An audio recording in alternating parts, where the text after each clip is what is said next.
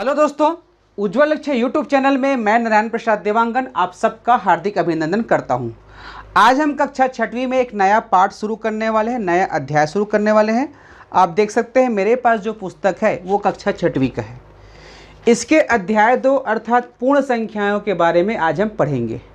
आज हम पूर्ण संख्या के अंतर्गत प्रश्नावली 2.1 के प्रश्नों को हल करने वाले हैं। चूँकि यहाँ पर हम सीधे प्रश्नावली के प्रश्नों को हल कर रहे हैं, इसका अर्थ यह हुआ कि इस पाठ का जो बेसिक कॉन्सेप्ट है उसे हमने आपको बता दिया है। जो विद्यार्थी उस वीडियो को नहीं देखे हैं जिसमें हमने इसके बेसिक कॉन्सेप्ट को बताया कि वास्तव में पूर्ण संख्या होता क्या है, प्राकृत संख्या और पूर्ण संख्या में क्या अंतर है, और पूर्ण संख्या को संख्या रेखा पर किस प्रकार से दर्शाया जाता है, परवर्ती पूर्ववर्ती संख्या क्या होता है, ये सारे कॉन्सेप्ट का हमने एक वीडियो बनाया है। उस वीडियो को आप अवश्य देखना। उस वीडियो को जब आप देख लेंगे तो आपका जो कॉन्सेप्ट है पूर्ण संख्या के प्रति बिल्कुल अच्छा से हो जाएगा, बिल्कुल समझ में आ जाएगा। अब बात करते हैं कि सबसे पहले आप उस वीडियो को कैसे देख सकते हैं। तो उस वीडियो को देखने के लिए आप इसी चैनल में, उज्ज्वल लक्ष्य यूट्यूब चैनल में जाएंगे और देखेंगे पूर्ण संख्या वाला वीडियो। अब हो सकता है इतने सारे वीडियो यहाँ पर बने हुए हैं तो आपको एक बार में नहीं मिल पाएगा, तो आप यूट्यूब के सर्च बार में जाना और वहाँ लिखना पूर्ण संख्या बाई उज्ज्वल लक्ष्य। पूर्ण संख्या बाई उज्ज्वल लक्ष्य लिखेंगे, उसके बाद यहाँ पर जो चित्र आ रहा है, एक थंबनेल आ रहा है, उसी प्रकार से वहाँ पर दिखाई देगा। उसे आप टच करना, क्लिक करना, वो वीडियो प्ले हो जाएगा। वो वीडियो देखने के बाद इस वीडियो को पूरा देखना। यहाँ पर हम इसका एक्सरसाइज करा रहे हैं। तो बात करते हैं कि प्रश्नावली 2.1 में पहला प्रश्न क्या है। आप देख सकते हैं पहला प्रश्न है, मैं ओपन करता हूं। पहला प्रश्न है, इस संख्या के बाद अगली 3 प्राकृत संख्याएं लिखिए। अगली 3 प्राकृत संख्याएं लिखिए। बहुत सिंपल तरीके से बताऊंगा, ठीक है। प्राकृत संख्या लिखिए। हालांकि आपको ये जो कॉन्सेप्ट प्रश्न बहुत सरल लग रहा होगा, लेकिन क्या होता है, कई बच्चे जो है इस प्रकार की जो संख्या होती है उसमें जोड़ घटा में परेशान हो जाते हैं। तो सबसे पहले बच्चों यहाँ पर देखिए प्रश्न है, अब इसको पढ़ना होगा, है ना।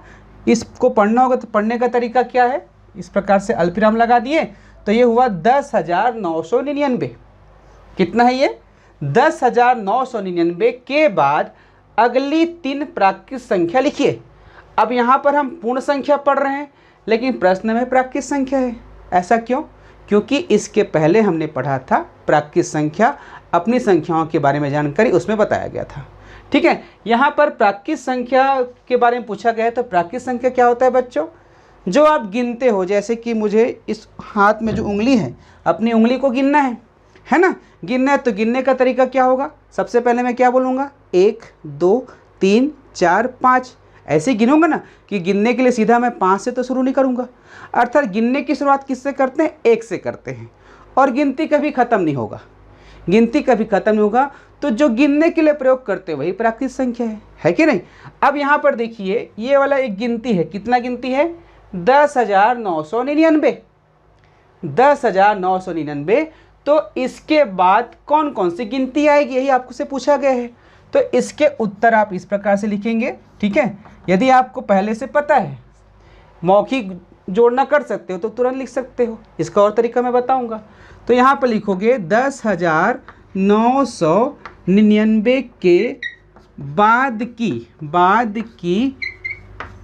3 प्राकृत संख्या, 3 प्राकृत संख्या, ठीक है। प्राकृत संख्या बराबर क्या हो जाएगा, क्या हो जाएगा, इसमें एक आगे बढ़ाएगा। 999 के बाद क्या होता है, 1000, 10,000 पहले है, अर्थात ये हो जाएगा 11,000, ठीक है। 11,000, उसके बाद अगला हो जाएगा 11,001 और उसके बाद 11,002। अब ये ज्ञात कैसे करेंगे, यहाँ पर तो मैंने डायरेक्ट लिख दिया। ये उन बच्चों के लिए लिखा जिनको समझ है कि एक के बाद एक कौन सी संख्या आती है। अब मान लीजिए आप ये नहीं निकाल पा रहे हैं, है ना, तो कैसे निकालेंगे। देखिए 5 के बाद क्या आता है, 6 आता है। 6 के बाद क्या आता है, 7 आता है। 7 के बाद क्या आता है, 8 आता है।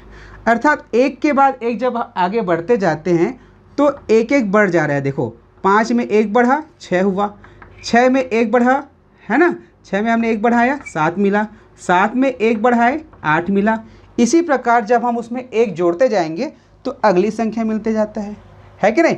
तो हमको करना क्या होगा, जो प्रश्न दिया गया है क्या 10,999, तो यहाँ पर आपको क्या करना है 10,999। अब इसमें आपको 1 को जोड़ना है। अब इस प्रकार से यदि लिखेंगे तो कठिनाई हो सकती है, इसलिए 1 को ऐसे जोड़िए। कैसे जोड़िए, 1 को ऐसे जोड़िए। ऐसे जोड़ना है, नहीं ऐसे जोड़ना है कि नहीं जोड़ना है, 1 को यहाँ पर लिखना है, नहीं बिल्कुल नहीं लिखना है। 1 को कहाँ लिखोगे, इकाई के नीचे, ठीक है, यहाँ पर लिखना है। क्लियर है। अब 9 और 1 10, 10 का शून्य, हासिल आया 1, 1 और 9 10 का शून्य, हासिल आया 1, यहाँ पर भी 10 हो जाएगा, शून्य हासिल आया 1 और शून्य और 1 11। इस प्रकार से 11,000 इसका उत्तर आया। इसके ठीक बाद पहली संख्या मिल गया।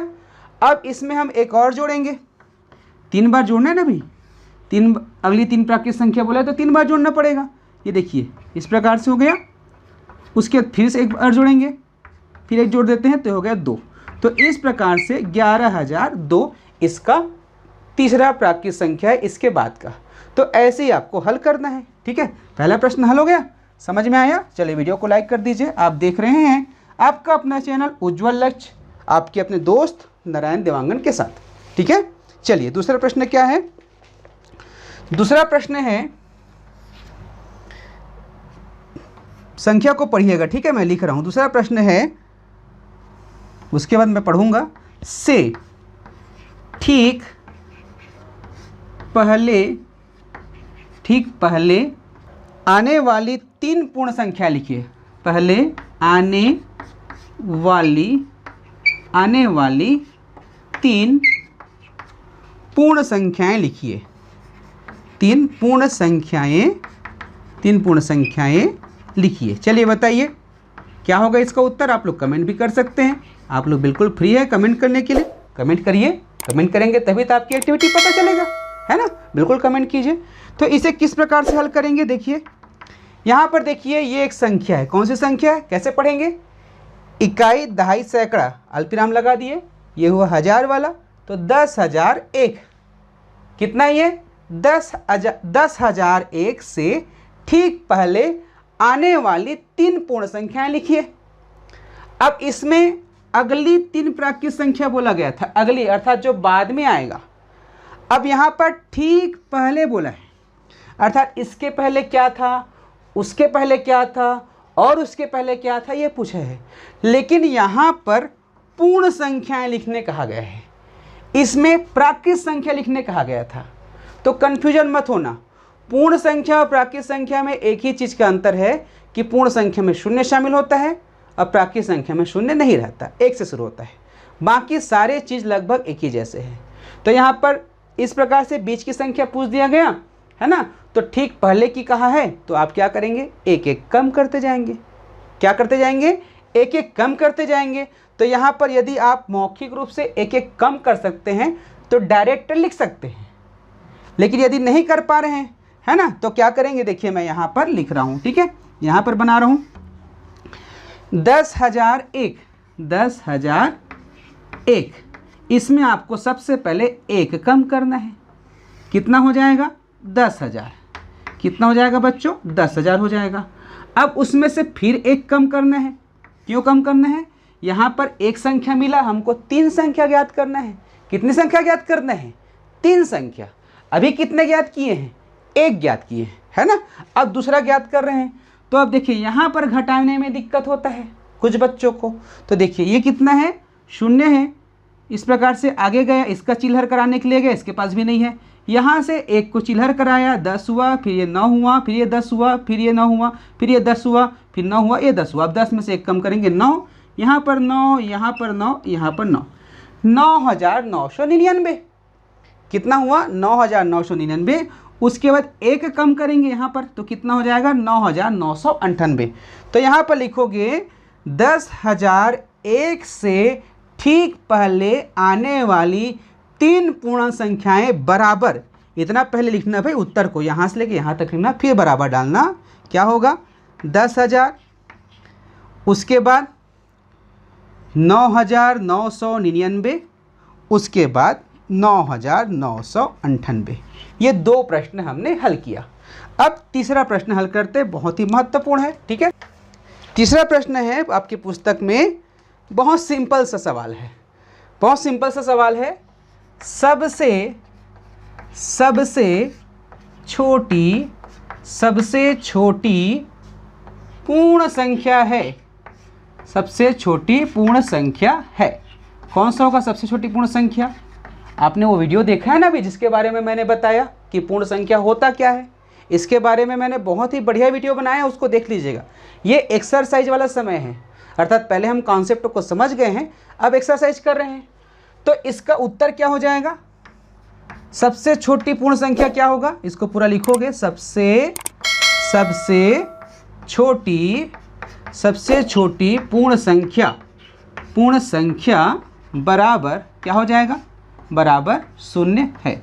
ये कैसे हुआ उसके लिए उस वीडियो को देखना, मैंने समझाया उसमें, ध्यान से देखना, उस वीडियो को बिल्कुल छोड़ना मत, आपका कॉन्सेप्ट बहुत स्ट्रांग होगा।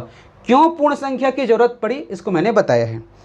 अब चौथा प्रश्न देखिए, बहुत ही महत्वपूर्ण है। चौथा प्रश्न है 32 और 53 के बीच में, 32 और 53 के बीच में कितनी पूर्ण संख्याएं हैं? कितनी पूर्ण संख्याएं हैं? अब देखिए यहाँ पर छोटी संख्या है, 32 और 35 दे दिया है। मान लीजिए यही 3,432 दिया रहता और 5,553 दिया रहता, तब कैसे करते? थोड़ा सा आपको समझना पड़ेगा ना भाई। यहाँ पर छोटी छोटी संख्या दे दिया है 32 और 53, इसको तो आप गिन के भी निकाल सकते हो। कैसे निकाल सकते हो? 32 के बाद 33, 34, 35, है ना। बताऊंगा इसके बड़े संख्या का कैसे निकाल पाओगे, उसको बता रहा हूँ, पहले इसको समझिए। 34, 35, 36, 37, 38, 39, 40, उसके बाद 41, बोलते जाइए, 42, 43, 44, 45, 46, 47, 48, 49, 50, 51, 52, 53। देखिए यहाँ पर 53 है। अब यहाँ पर कहा जा रहा है कि 32 और 53 के बीच में, अर्थात यहाँ से यहाँ, ठीक है, इस स्थान से यहाँ तक के बीच में, अर्थात ये लागू नहीं होगा। इसको नहीं गिनेंगे। किसको नहीं गिनेंगे? ना तो हम 32 को गिनेंगे, ना तो 53 को गिनेंगे। ठीक है, हम 32 से 53 तक का निकाल रहे हैं। 32 को नहीं गिनेंगे, 53 को नहीं गिनेंगे, बाकी को गिनेंगे। फिर मैं दूसरा तरीका भी बताऊंगा, पहले बेसिक समझ जाइए। अब गिनते जाते हैं। ये एक संख्या, 2, 3, 4, 5, 6, 7, 8, 9, 10, 11, 12, 13, 14, 15, 16, 17, 18, 19, 20। कितना आया? 20 संख्या आया। तो 32 और 53 के बीच में 20 संख्याएं हैं। कितनी संख्याएं? 20 पूर्ण संख्या हैं। 20 पूर्ण संख्या है। यदि इसी को प्राकृत संख्या पूछ देता तो भी 20 ही आता। अब हम बात कर रहे थे कि मान लो यहाँ पर 4,332 रहता, 5,553 रहता, तो क्या हम इतना सारा लिखते रहते? नहीं। इसका एक और तरीका है, ठीक है, उसको समझिए। इसको पहले मैं मिटा देता हूँ, ठीक है, तरीका को समझिए। देखिए, हमने 32 और 53 के बीच में कितना निकाला? 20। तो जब भी दो संख्या दे आपको, तो आपको क्या करना? जो बड़ी संख्या क्या है? 53, जो बाद में आएगी, गिनती के बाद में आएगा 32 के। तो 53 में आप 32 को घटा दो, अर्थात जो पहली संख्या है उसको दूसरी संख्या में से घटा दो। घटाने पर क्या होगा? ये 1 आएगा और ये आ जाएगा 2, 21। कितना आएगा? 21। अब इसमें से आपको एक और घटाना है। हमेशा याद रखेंगे, घटाने के बाद एक और घटाना है, जो उत्तर आएगा वही उसके बीच की संख्या है। यदि इन दोनों को शामिल किया जाता, 32 से 53 के बीच में कितनी 32 से 53 तक कितनी पूर्ण संख्या, ऐसा कहा जाता, के बीच में की जगह तक कहा जाता तो इन दोनों को भी काउंट करते, लेकिन यहाँ पर के बीच में कहा गया है। अब हम बात कर रहे थे इसमें कौन सी संख्या लिखे थे, 4332 और यहाँ पर 5553। ठीक है, तो क्या करेंगे, गिनेंगे नहीं, इसको इसमें घटा देंगे। 4332 को बड़ी संख्या से घटा दिए, क्या आ जाएगा, ये 1, ये 2, ये 2, 1, 1221 में से फिर 1 घटाना, कितना आ जाएगा, 1220। जिसको समझ में नहीं आ रहा है, जिसको लग रहा है कि ये तरीका गलत है, वो गिन के देख लो भाई, आपके पास पर्याप्त समय है, गिन के देख लेना। 4332 से शुरू करना, लिखना, यहाँ तक लिखना, फिर गिनते रहना।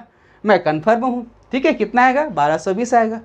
तो यहाँ पर जो चौथा प्रश्न है उसका उत्तर आएगा 32 और 53 के बीच में 20 पूर्ण संख्याएं हैं। तो बच्चों इस वीडियो में इतना ही। आप इन 4 प्रश्नों का अपने कॉपी में अभ्यास कर लीजिए, लिख लीजिए। उसके बाद हमारा अगला वीडियो देखना जिसमें हम इसी प्रश्नावली के अगले प्रश्न को लेकर आए हैं। ये वीडियो आपको कैसा लगा अवश्य बताना, शेयर करना, लाइक करना और जुड़े रहना उज्ज्वल लक्ष्य यूट्यूब चैनल से। नमस्कार।